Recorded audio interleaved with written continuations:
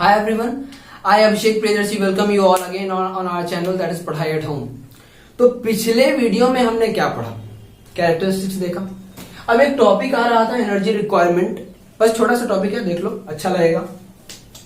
Energy requirement topic से क्या समझ में आता है? एनर्जी रिक्वायरमेंट जरूरत है, हाँ जरूरत तो है। अब आप कोई काम करो, चलो मतलब कोई वजन उठाओ, कुछ भी करो, एनर्जी चाहिए। क्या चाहिए? एनर्जी चाहिए। कोई काम करो, कुछ भी करो, एनर्जी चाहिए। तो एक फैक्ट है कि मैंने लाइफ प्रोसेस को वहां पे बताया था कि लाइफ प्रोसेस मतलब बताया था न्यूट्रिशन, रेस्पिरेशन, ट्रांसपोर्ट एटसेट्रा। तो उस चीज को परफॉर्म करने के लिए कि हाँ वो करना है या वो करूंगा, उसके लिए एनर्जी चाहिए। किसी चीज को भी करने के लिए एनर्जी चाहिए, मैंने पहले बता दिया।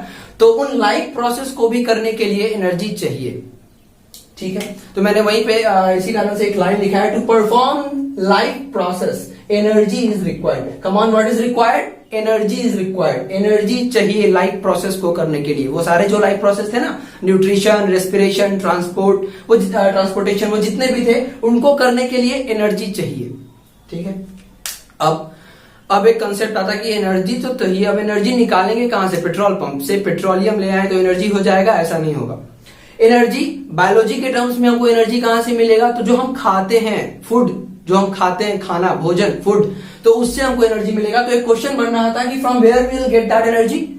Answer is food. कहां से एनर्जी मिलेगा? फूड से एनर्जी मिलेगा। जो फूड हम लेते हैं, जो फूड हम खाते हैं, उसी से एनर्जी मिलता है। देखो, अगर आप कुछ समय के लिए खाना नहीं खाओ, अगर आपका फास्टिंग है, फॉर एग्जांपल आपने एक दिन की फास्टिंग की, तो आप में एनर्जी की कमी होगी, आप किसी भी चीज को करना नहीं चाहोगे, आपको बहुत थकान महसूस होगा।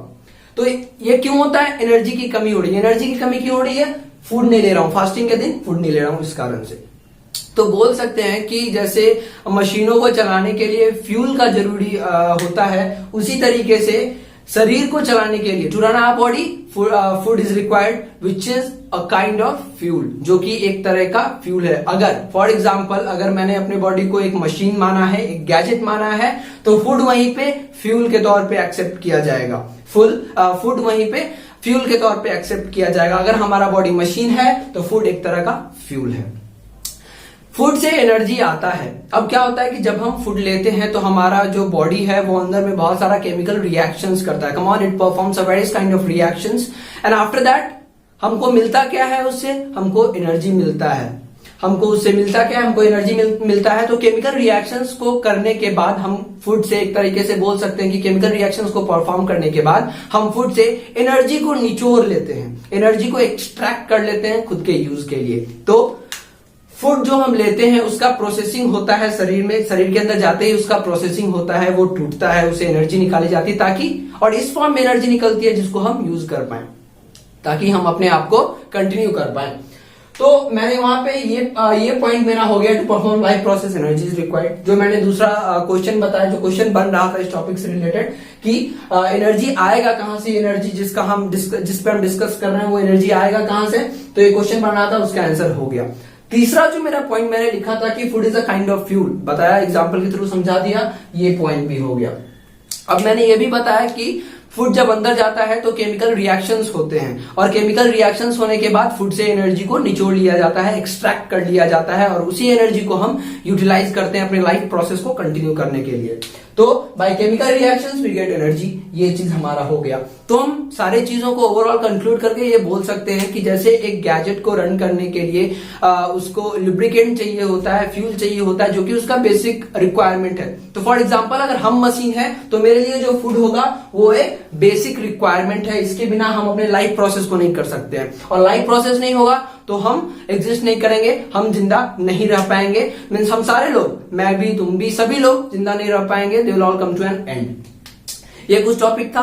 अब एक और जनरल इससे जो बात रिलेट करती है वो ये कि बेसिक रिक्वायरमेंट तो है, फूड बेसिक रिक्वायरमेंट तो है, but it is not the only requirement to exist ourselves. हम खुद को एग्जिस्ट करें, इसके लिए फूड एक one of the most important requirement है। बेसिक रिक्वायरमेंट इसलिए मैंने लिख दिया कि ये बेसिक है, but not the only requirement. अब क्या आगे हैं उनको हम देखेंगे। अब देखो, इसमें थोड़ा ट्रबल आ सकता है, but that's why I want to clear it in a more good way. तो लाइफ प्रोसेस जो मैंने बताया था, देखो न्यूट्रिशन बोला, चलो क्या बोला, न्यूट्रिशन बोला। न्यूट्रिशन में प्रोसेस में मैंने क्या बोला था, कंज्यूम करो, फूड को कंज्यूम करो एंड ब्रेक करो, इसी के अंतर्गत आता था। ठीक है, ये न्यूट्रिशन का ये पूरा मतलब नहीं, एग्जैक्ट मीनिंग नहीं है, ब्रॉड वे में हम यहाँ पे चीजों को थोड़ा ब्रॉड वे में लेके चलेंगे। जब इस टॉपिक के अंदर पहुंच जाएंगे तब इसका एग्जैक्ट मीनिंग निकालेंगे।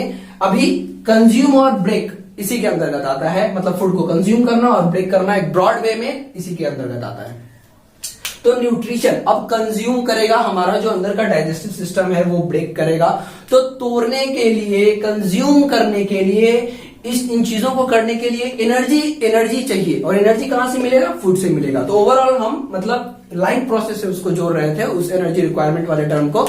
तो फूड क्यों चाहिए, लाइफ प्रोसेस को करने के लिए। फॉर एग्जांपल में हमने देख लिया कि न्यूट्रिशन अगर एक लाइफ प्रोसेस है तो उसमें होता क्या है, कंज्यूम ब्रेक। तो इन चीजों को शरीर जब इन चीजों को करेगा, हमारा बॉडी जब इन चीजों को परफॉर्म करेगा तो उसको एनर्जी चाहिए। एनर्जी कहां से मिलेगा, वो फूड से मिलेगा। तो थैंक यू वेरी मच। और हाँ, अगर आपको कोई डाउट होगा तो आप कमेंट बॉक्स में लिख सकते हैं, I try to solve it. Thank you very much.